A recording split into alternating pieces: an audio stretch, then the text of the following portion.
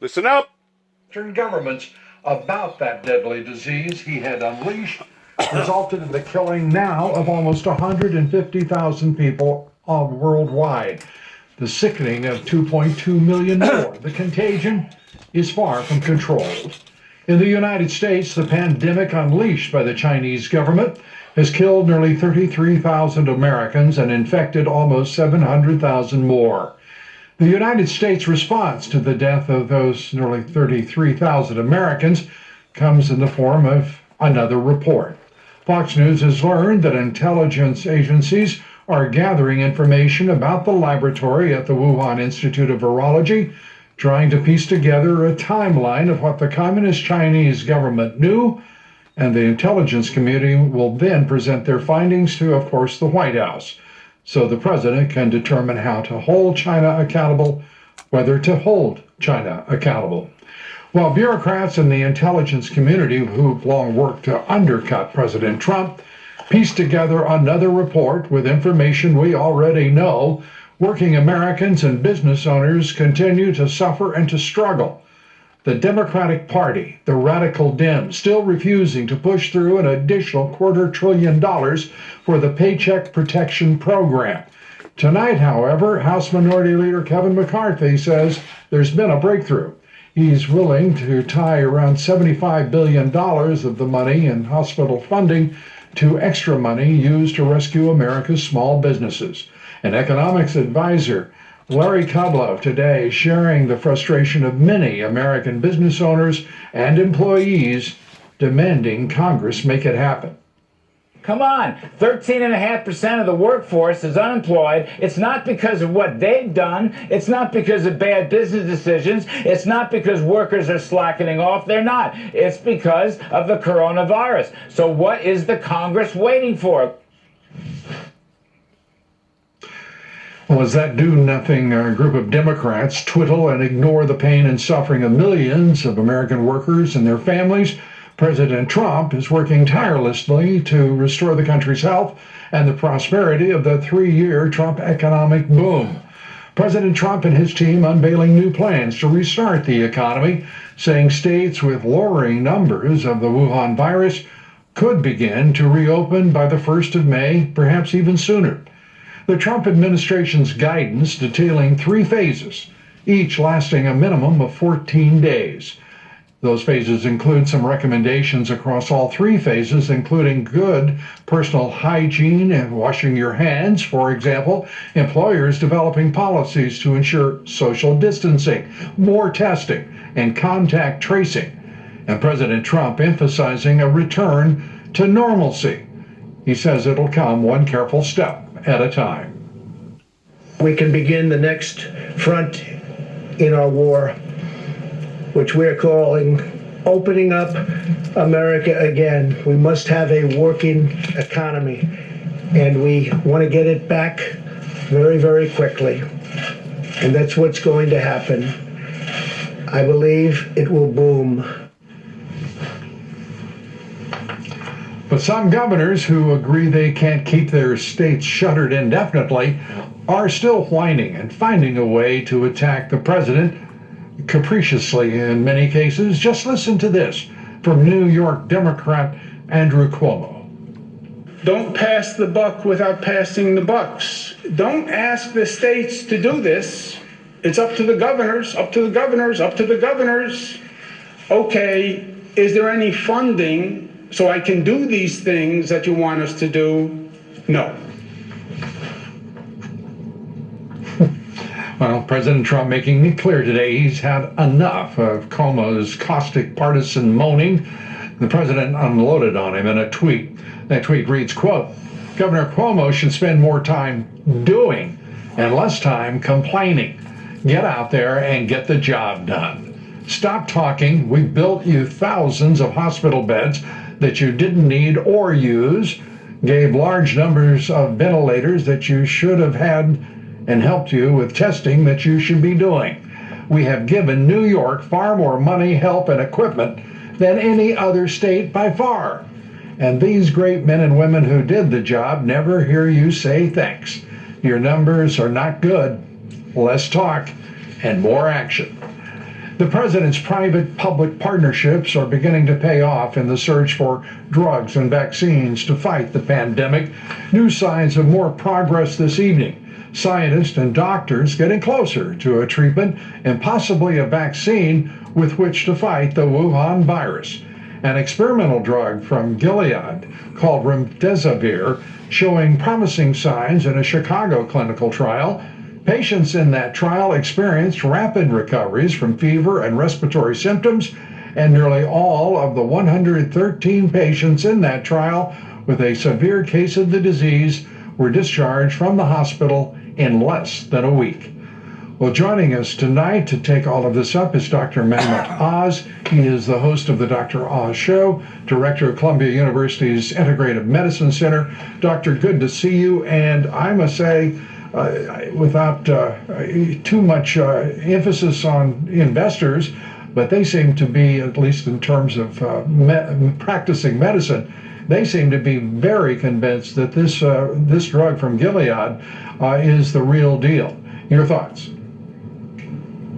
Well, remdesivir is a medication that has been used and tried for other illnesses in the past. It's very effective against these RNA viruses because it gets into the cell and impersonates part of the RNA sequence. So it gets in the way of the enzymes that reproduce the virus, and that stops the virus from growing. And these antivirals are very promising across the board. They haven't been shown in clinical trials to work for coronavirus yet, in part because we haven't had enough time to do the research, but it's encouraging that this early information out of the Chicago clinic, based on a few different centers, has revealed that in the sickest of the sick, it's resulting in patients being able to get past their fevers and, in many cases, go home. I want to caution everyone, though, it's not a randomized trial. When they report out the results eventually, it will not be a randomized trial, so it's just going to be a case series. Valuable and interesting to follow, but it doesn't mean that it works as well as we think it has to work in order to get past all the muster that doctors usually have.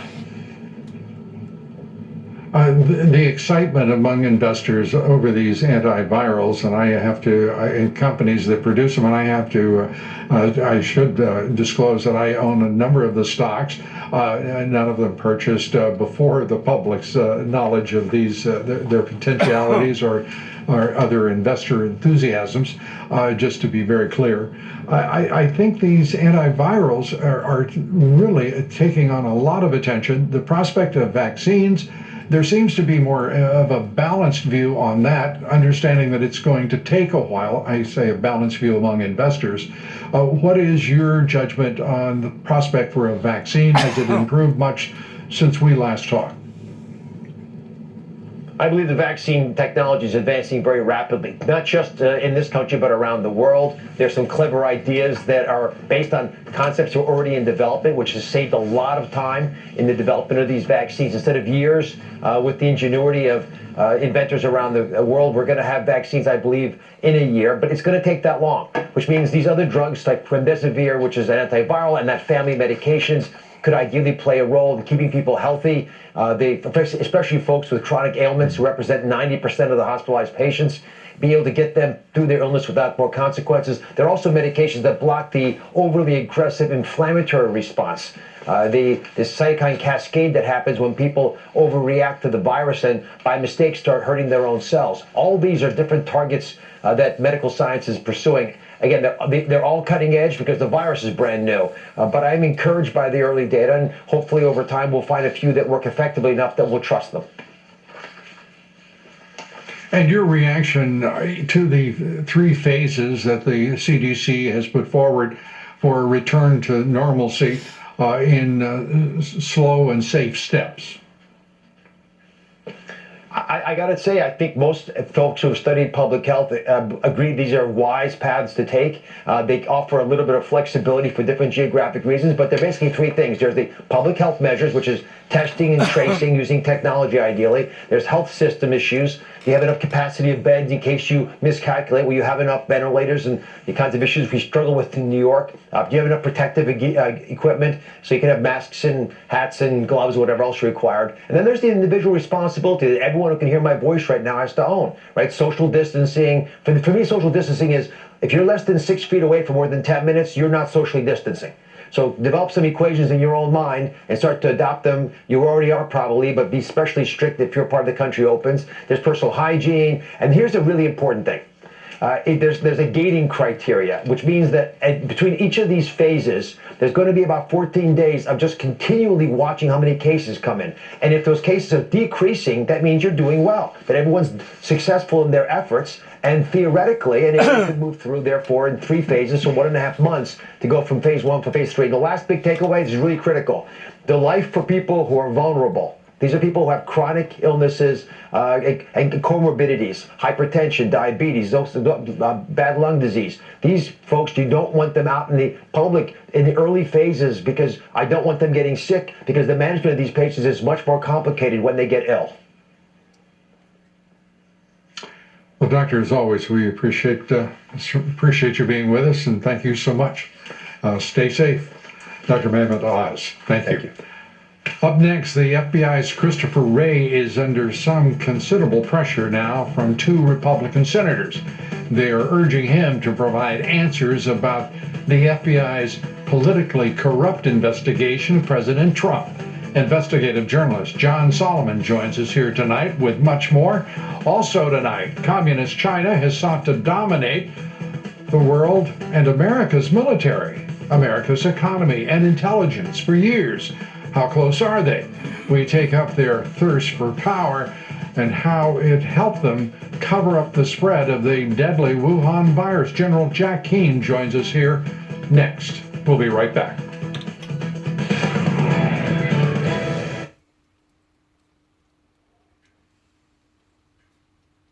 .com/.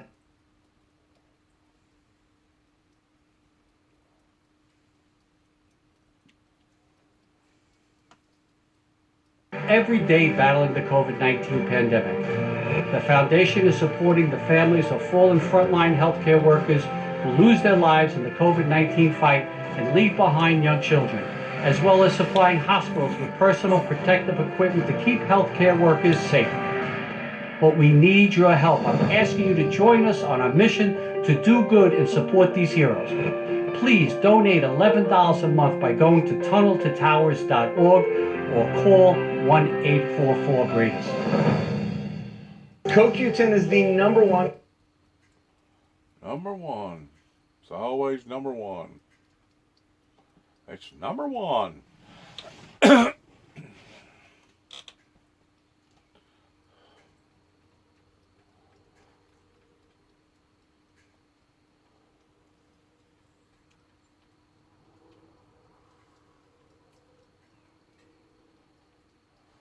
What a mess. Insurance price. Good for you, Kate. Good for you. What a mess. What a mess. To do 30 or more tests per 1,000 of their inhabitants in each state. And you can see that across the country, except for Oregon and Maine and Montana. I worked overseas way too long. Thank you all. So those are the 3 states that we're working on building capacity in. So this is just to give you a perspective of how seriously we're taking the testing issue. As we've described, we've measured every single platform in every single state. We know exactly where they are by geography, by address, by zip code, what their capacity is, what their cumulative capacity is, what their roadblocks are on not ability to run all their full capacity. And we're addressing those because each one of those is different and you have to address each of them one by one with the governors, with the state and local labs, and with all of the hospitals. I have not come across one laboratory or one laboratory director or one society that doesn't want to contribute to solving this issue of testing and ensuring that this testing is available for everyone. There is a strong, just as all the Americans have social distanced in behind everyone, we don't often talk about the laboratories, we'll talk about the nurses and doctors on the front line. Behind all of them are the laboratory technicians and laboratory directors who are coming in every day and putting things together to ensure that every single person that needs to be diagnosed is diagnosed. And he recently received the Presidential Medal of Freedom from President Trump just last month. Jack, great to have you with us. And these are perilous times and becoming, it seems, by the day more so. We have very little in the way of intelligence about China, at least that has been publicly learned. How difficult does that make what is being promised to be a full-scale investigation of the Wuhan laboratory and the virus that President Xi unleashed on the world? Well, certainly the Chinese Communist Party is very much a closed organization, as is all the elites around them, and to penetrate that is certainly difficult. I think it would be almost impossible to be able to get conclusive evidence without an informant or without China's willingness to investigate and talk to the scientists and doctors that work there, and that's not going to happen. But I mean, the circumstantial evidence all around this leads one to conclude that it likely did come from there. And we know that China has not conducted any full-scale investigation to determine what the origin is. They've had two stories out there, Lou. One is that the United States military brought it to the World Military Games in Wuhan City in October, and that's been debunked. The other one is that, well, it originated in a so-called wet market in Wuhan City, but that's been debunked because the scientists who are inside China and doctors, unbeknownst to the Chinese Communist Party, already had revealed information that the original people who were infected by the virus had not been in the wet market. So we know that China has been deceptive about the origin. They've been deceptive about the spread. They've been lying through their teeth through all of this. And Lou, listen, the world is coming to grips with China because it's revealed so much about who the CCP, or Chinese Communist Party, really are. And I think most nations will have to reassess their relationship with China based on what has happened here. You know, they're paranoid, Lou, about their public image, both internationally, but even more so domestically. And this has rocked them in terms of what has taken place on a world stage and how China is being looked at through a different prism now. Our administration has been on to them since they came into power in 2017, but I'm hoping this will have positive effect on some of the feckless European nations out there who still have their arms around China, but are looking at them through a different prism now. Well, at least one of them, the United Kingdom, has apparently come to grips with the fact that they had seriously misunderstood who the Chinese are, and has already announced that they're undergoing a reevaluation of the relationship. To me, this is a moment that is so vivid for everyone, that there should be very little discussion necessary amongst the allies of this country.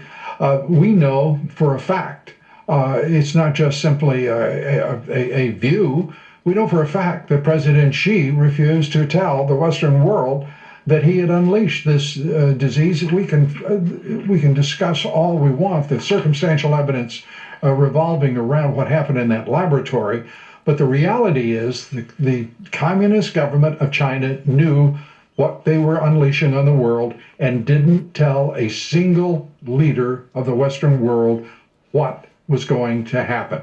He is absolutely, directly, without any question, responsible for the deaths of now 150,000 people. We all know that that number is going to rise, hopefully not dramatically, but it will rise without question, and the further infection of people all around the world. How can we ignore that basic fundamental reality? Yeah, I totally agree with you, Lou, and I think what is most revealing about the intent and absolute reckless behavior is when he shut down Wuhan City and Hubei province, which surrounds Wuhan City. Mm-hmm. He shut down all the air traffic coming out of there, as well as the ground traffic, and surrounded the place to ensure it was closed in. He was, one, trying to protect his power centers, which are politically power center in Beijing, two, financial power center in Shanghai. But here's what he didn't do, Lou. He did not shut down international flights And if he knew at that time that he had a serious epidemic on his hands that would threaten him and his power center in Beijing, and he was taking that kind of draconian action, but yet he permitted international flights, doesn't that reveal to the world that his intent was to let it spread, let it become a world pandemic? And I think that alone puts him right in a bullseye. This is as serious can get in regards to an act of war. I don't know, and I pray to God that it won't result in a physical confrontation with China.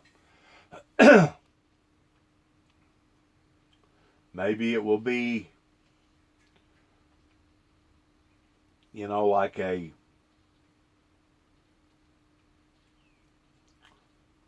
social, economical war that will probably lead eventually into a regular war.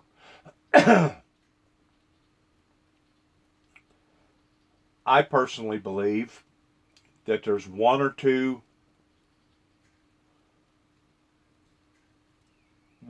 factors to keep in mind that are possibilities. A, the possibility that they're talking about right now. And the reason why that they got so upset over there was because last year there was about 6 months of heavy protesting, to the point that their armed guards was no longer just using rubber bullets or water cannons to disrupt massive amounts of people, but their government was coming down on their citizens to the point of death. In other words, they was executing them right out on the streets. And I think that possibly somebody got so upset because they felt intimidated, infuriated by so many people wanting a democracy, an open, fair democracy like we have over here in the Western world, that they unleashed this disease onto their own people. But like this lieutenant here, I think he's a lieutenant, he may be a captain, but what he was talking about is that if the president of China known that these factors were so severe that he shut down all these other different departments, why didn't he shut down the international traffic?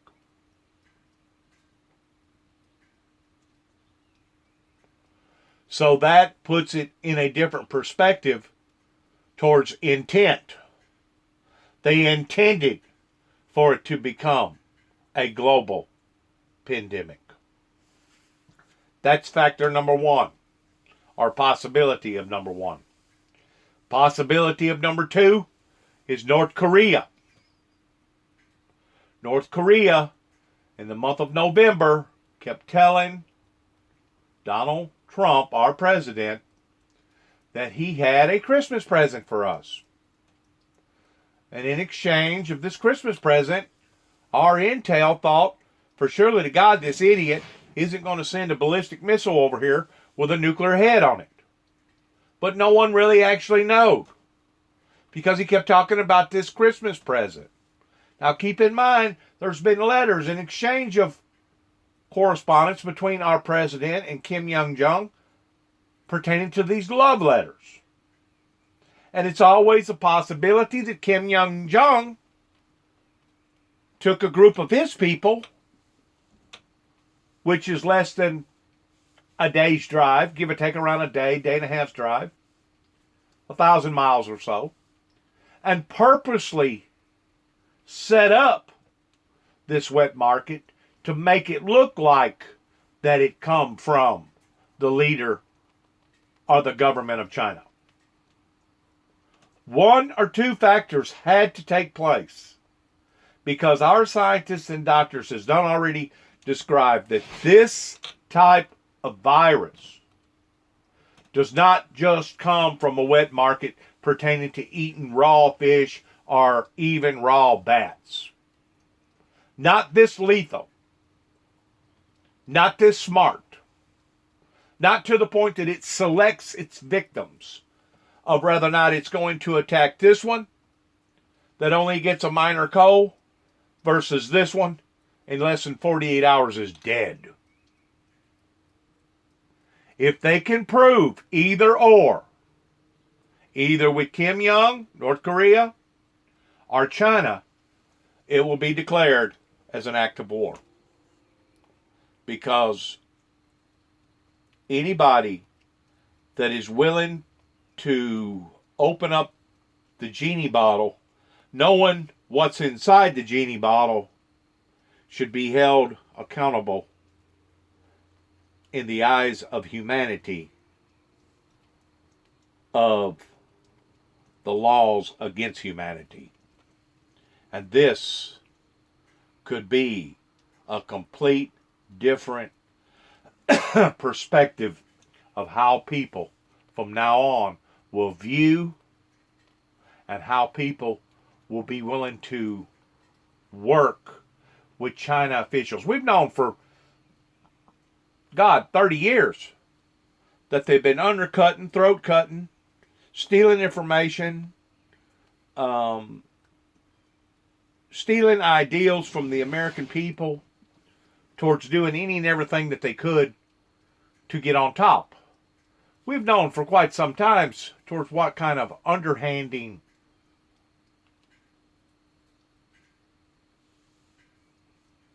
backstabbing, cruel, insensitive people that they truly are. And I'm not saying that all of them are that way, but by and large, looking at the masses pertaining to their undermining achievements, this is what that they have promoted and distributed to the world, not just in America, but through the world for the past 25 or 30 years. So, if this does prove to be credible, there will be some massive, massive changes in how people view and how people work with various officials out of China because of their ill will intent. And that's exactly how you have to look at it. Ill will intent. They intended for the rest of the world to become contaminated with this coronavirus, this COVID-19. It's evil. It's literally evil in the sense that you have done something knowingly knowing was going to cause harm and hurt to people's lives. It wouldn't be no different if you had codes to a nuclear bomb and you purposely shot off the bomb just so that you could hold a bunch of people hostage, or just so you could sit back and laugh and giggle because you have brought harm and hurt to people's lives. It's a terrorist act. It's a terrorist act. It's an act that should never have been performed upon to any group of people, any society, regardless whether it was their own people or whatever. And to not stop the international flights going out of from China indicates that the intent of ill will did originate. That is an eye-opener. I think you're exactly right. It's unequivocal. What he did, it's unequivocal, his intention. And the fact of the matter is, we're going to have to come to terms with it. The world's going to have to come to terms with it, because he's just killed 150 million people, and we've got allies right now trying to talk like this is an academic issue. that bears further study. Another European Union report. I hope that this government, under this president, doesn't indulge in that nonsense Oh, as they a won't. cover to inaction won't. and passivity. We had this president has. Trust me, they won't. Once this administration finds out the truth, and it can be verified authentically, there will be severe consequences for this. Worldwide, on a global stage. Trust me, this won't go down as being a fluke. Somebody will pay dearly for this. Hold back all of the so-called strategic patience of the Obama regime. It would be a shame for anyone to find comfort in that approach in this serious matter. How should we respond, General? Well, I think it's a huge strategic opportunity, and listen, if we can work it with the other nations, and Secretary Pompeo is out front on this, and stitch together a huge multilateral response to this, and hold them accountable for it. People talking about wanting retribution for money. China doesn't care about that. What they truly care about is their image, and that is their Achilles heel. And if we can come to the world with an agreement that China spread this into a pandemic and hold them accountable internationally for that in a way that no country has ever been held accountable in the world before, that will truly get to them. And because what are they trying to do? They're trying to protect their domestic base. They're trying to dominate the planet globally the same way as the Taliban or the jihad over in the Middle East have made reference towards wanting to go to war with not only the people over in the Holy Land, but wanting to bring destruction to the American people. The Taliban, the jihad, the terrorists, they made their stance in their way towards basically becoming defiant, towards wanting to play by a completely different set of rules in regards to rules of engagement. Basically a bloodbath. Violence. What China has done will reach into that same criteria or motive based around the intent of wanting to bring harm and hurt into people's lives intentionally. It falls under the same realm of war crimes. These are war crimes. You don't do stuff like this. This would be the same thing as an attack of what happened in Pearl Harbor. It'd be the same thing. It would be the same thing as a 9/11 deal. It's just done in a different method, but it still has the same intent towards wanting to bring harm and hurt to people's lives. It's a terrorist act. Chemical, biological warfare. It's one of the things that our military has been knowledgeable of, and to some degree even fearful of, since World War I. Whenever they started making mustard gas and other types of chemicals that cause biological agents towards people's lungs collapsing and people's organs shutting down. This isn't the first time that we've seen stuff like this. And it probably won't be the last. But who in God's name would have ever thought that China would have stooped so low in the degree towards becoming a terrorist-driven nation, similar towards the Taliban or the Jihad or ISIS over in the Middle East? Who in God's name would have thought? I mean, we knew that they was cutthroaters. We knew that they wasn't playing by our set of rules pertaining to the environment and putting pollutants into the air, stealing information from us, allowing for hacking activities to go on over here towards us being attacked. We knew that they was not playing by the same set of rules. But who would have thought that they would have been willing to have stooped to this degree? The same thing as a common outlaw, as a known terrorist. A terrorist type action.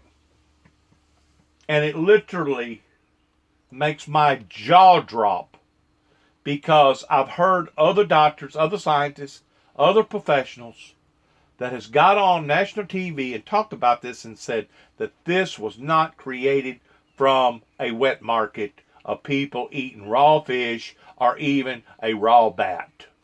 This come from a laboratory, and it was done intentional. And it literally makes me quiver inside to think that we have a society that is so barbaric and so cruel and so evil that they would actually be willing to contaminate the whole world based around their appetite for dominance, their appetite for greed. It makes me quiver to think that a group of people would be this barbaric. No, their problem has always been, and the thing they fear more than any adversary in the world, more than the United States or any nation or any group of nations, is they fear their own people. And their own people lack of trust in their government. You know, they've got a basic social compact with their people. You can be prosperous in this country and seek as much economic benefit as you want, but you're going to let the Communist China's party have authority over you. That is the basic social compacts there. And if this could break that compact, they're in real trouble. Hallelujah, if that be the case. General, because we they need appreciate it. Good to have you with us. More than 30,000 Americans have been killed by this virus unleashed by the Chinese. The accounting will get much larger by the day. We thank you very much, General. General Jack Keane. New evidence of corruption and disregard for any kind of law and order by the FBI leadership itself under President Obama. During its politically corrupt investigation of the Trump campaign, it only got worse. John Solomon joins us here next. We're coming right back. I don't want to go there right now. That's a completely different case. I think we need to handle one case at a time towards what's going on here. And there's no doubt there was some jigabooing going on pertaining to the deal with the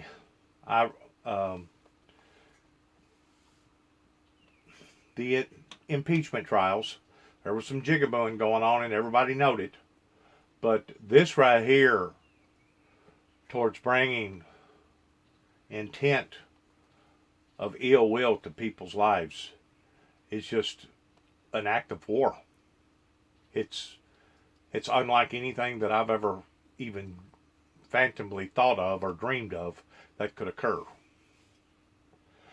Good luck to all of us coming from the Windmill Ministries here at 291 Thompson Road, Sharon, Tennessee, coming up on the 25th anniversary of the Oklahoma homegrown terrorist attack that happened in 1995